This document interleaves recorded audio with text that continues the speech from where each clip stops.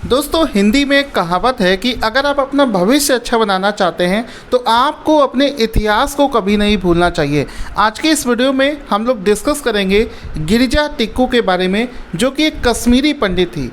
आपने अभी रिसेंट में एक मूवी देखी होगी, द कश्मीर फाइल्स। उस मूवी में एक महिला का कैरेक्टर किया गया था जिसका नाम था शारदा। और शारदा के साथ में उस मूवी में आखिरी सीन में क्या होता है, मैं खुद जब इस मूवी को देख रहा था और लास्ट में वो सीन आता है जिसमें कि शारदा जो है उसको बीच चौराहे पर उसके कपड़े फाड़ दिए जाते हैं, अर्धनग्न अवस्था में उसको कर दिया जाता है। इसके बाद में उसको जिस चीज़ की कल्पना भी आप नहीं कर सकते, उसको एक आरी मशीन से उसके शरीर के 2 टुकड़े कर दिए जाते हैं। तो जिस समय वो सीन चल रहा था, आप विश्वास नहीं मानोगे, पूरे थिएटर में सन्नाटा छा गया था। बिल्कुल पेन ड्रॉप साइलेंस लोगों के पास में था, घबराहट का माहौल था।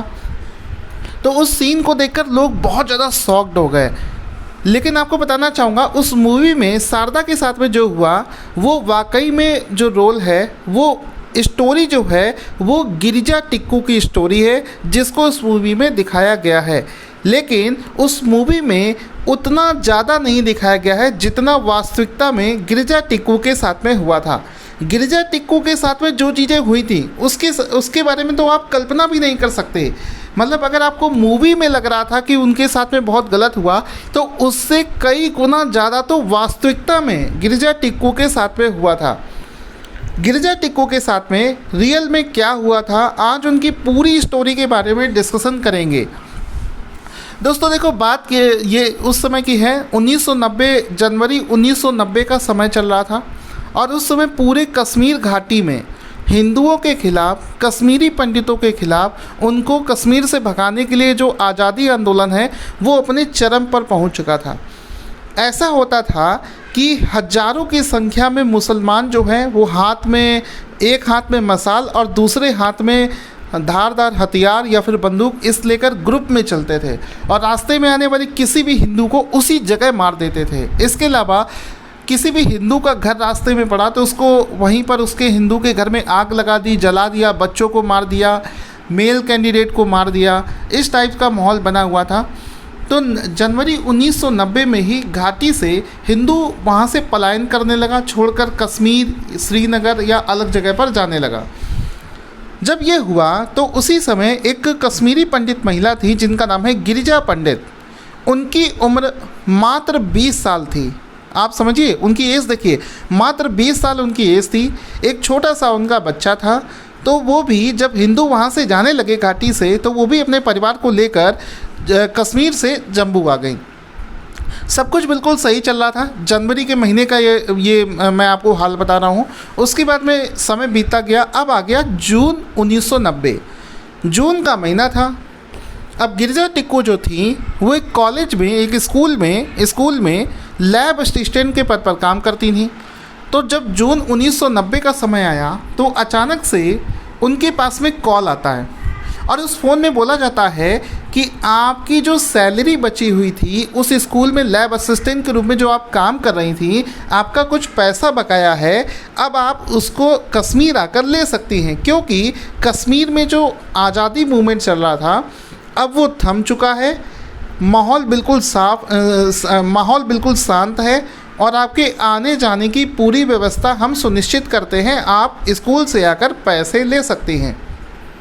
अब चूँकि गिरिजा पंडित जो है वो कश्मीर से जम्मू शिफ्ट भागकर चली गई थी, उनके मन में तो वापस आने की इच्छा बहुत थी। तो उन्होंने सोचा कि चलो मैं अपना स्कूल से बकाया पैसा ले लूँगी जो कि मेरे लिए काम आएंगे, क्योंकि उनका एक छोटा बच्चा भी था और हर माँ अपने परिवार के बारे में यही सोचती है कि उसको कुछ पैसे मिल जाएं सो दैट वो अपने बच्चे की अच्छे से परवरिश कर पाए। अब गिरिजा टिक्कू जो है वो कश्मीर के लिए निकल दी। कश्मीर पहुंची, सब कुछ सही था, कोई दिक्कत नहीं। इसके बाद में वो उस स्कूल गई जहां से उनको पैसे लेने थे।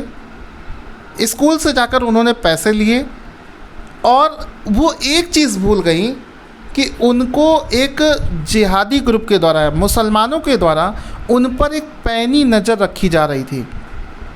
उनको बराबर ट्रेस किया जा रहा था कि आप कहाँ से निकलकर कहाँ जा रही हैं।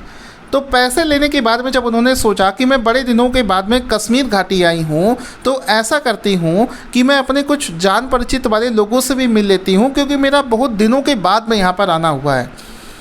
इसके बाद में उन्होंने क्या किया कि एक मुस्लिम फ्रेंड थे उनके, जो कि उनके बहुत ख़ास फ्रेंड थे, उनके यहाँ पर उन्होंने विज़िट करी, उनके घर पर गई और आतंकवादियों मतलब मुसलमानी जिहादियों के द्वारा उनको बहुत बारीकी ट्रेस किया जा रहा था। अचानक से वो उनके घर पर पहुंच गए जहां पर वो गई थी और उनको वहीं पर किडनैप कर लिया गया। अब मेन चीज़ अब समझना, जब उनको किडनैप किया जा रहा था तो जिस फ्रेंड के घर पर वो आई थी, जिस मुस्लिम फ्रेंड के घर पर आई थी, उन लोगों ने कोई ऑब्जेक्शन नहीं किया इस चीज़ को लेकर। ये सबसे बड़ी सोचने की बात है। क्यों ऑब्जेक्शन नहीं किया? You will be shocked to hear. हर मुसलमान हिंदू को काफिर समझता है। उनके अनुसार हम सभी हिंदू काफिर हैं। तो जिस समय गिरजा टिक्कू को किडनैप किया जा रहा था, उनके जो फ्रेंड थे उन्होंने कोई ऑब्जेक्शन नहीं किया। वो हालांकि इस चीज़ से बड़े खुश हुए कि चलो ये काफिर है, इनकी तो यही सज़ा है। और जब उनको खींचकर उनके घर के बाहर से ले जा रहे थे तो वहाँ पर पूरे एरिया में जो लोग रहते थे वो इस नज़ारे को देख रहे थे कि कैसे एक हिंदू महिला को, कश्मीरी पंडित को किडनैप किया जा रहा है। लोग तमाशा बनाकर देख रहे थे, लेकिन कोई कुछ नहीं बोल रहा था। रीज़न उसका सब एक है कि वो सब हिंदुओं को काफिर समझते हैं और काफिर होने की वजह से काफिरों का यही अंजाम होता है, ऐसा वो लोग मानकर चलते थे। गिरिजा पंडित को जब वहाँ से किडनैप करके लोग गए, उसके बाद की कहानी दोस्तों आपको सुनने में भी शॉक लगेगी। उसके बाद क्या हुआ कि उनका कोई अता पता नहीं चला। 2-3 दिन के बाद में उनका जो बॉडी है वो रिकवर हुआ एक नाले से, और जब उनका बॉडी का जो कंडीशन था वो बिल्कुल ऐसा था, मतलब उस बॉडी के कई टुकड़े हो चुके थे।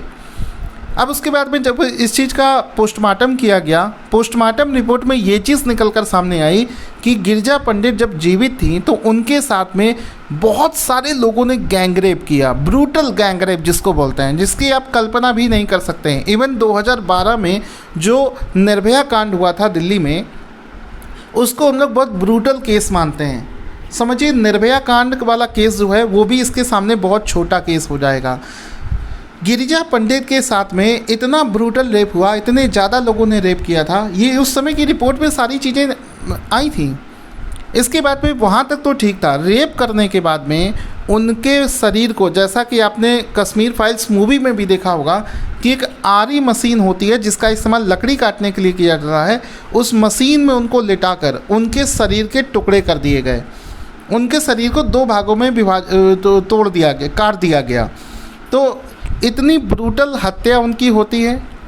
और ये सब होने के बावजूद भी उस समय ना कोई मीडिया इसके बारे में कोई बोलता है, ना कोई फेमस न्यूज़ चैनल वाला इसके बारे में डिस्कस करता है, ना कोई न्यूज़पेपर में इसकी खबर आती है, ना कोई मानवाधिकार परिषद का व्यक्ति बोलता है।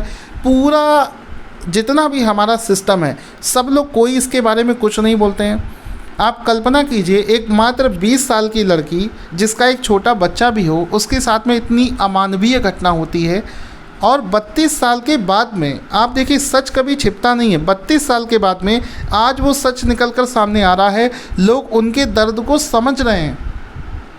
गिरिजा पंडित का दोष क्या था? देखिए, गिरिजा पंडित का दोष सिर्फ इतना था कि वो एक हिंदू थी, वो एक भारतीय थी और एक कश्मीरी पंडित थी। सिर्फ इतना ही उस 20 साल की लड़की का दोष था, जिसकी वजह से उसको इतनी बड़ी सज़ा भुगतनी पड़ी।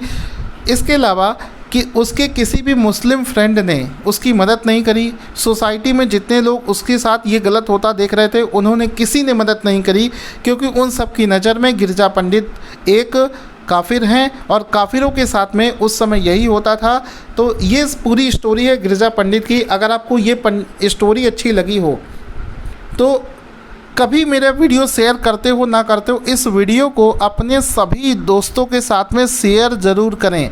ऐसे उन सभी लोगों को इनकी स्टोरी पता चलनी चाहिए जो कि मिसगाइडेड हैं, जिनको गलत इन्फॉर्मेशन है, उन सभी तक इस वीडियो को पहुंचाइए। ज़्यादा से ज़्यादा इस वीडियो को शेयर करें। Thank you for watching this awesome video.